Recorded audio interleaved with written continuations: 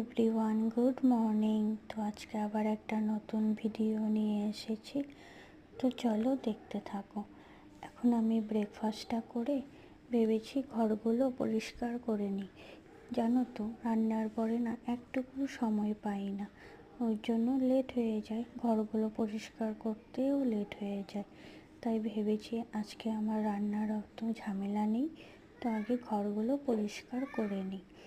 জানো তো, মেন রাস্তার সামনে ঘর, তো এত ধুলো পড়ে না প্রত্যেক দিন। আমি কিন্তু প্রত্যেক দিনই পরিষ্কার করি। তো ভেবেছি একটু ভালো করে আজকে করে নেব। তো আমার বেডরুম পরিষ্কার করে আমি এখন বাবার রুমটা পরিষ্কার করব।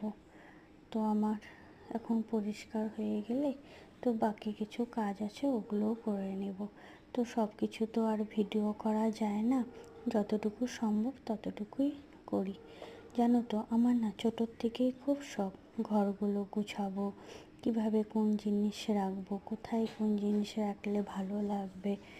তো আমার না ছোটোর থেকে এই জিনিসটা খুব শখ, আমার খুব ভালো লাগে রুম ডেকোরেশন করতে।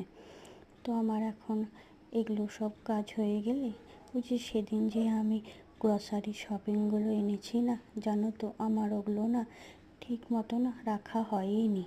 কিছু কিছু রাখা হয়েছে, কিছু কিছু হয়নি। হাতের সামনে কোনো জিনিস না থাকলে না তখন না খুব অসুবিধা হয়। তাই ভেবেছি আজকে এগুলো রেখে তারপর রান্না করব।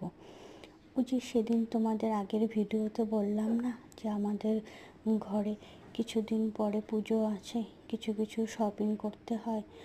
তো আরও তো কিছু বাকি আছে, ভেবেছি আজকেও যাব, কিন্তু আজকে আর যেতে পারবো না।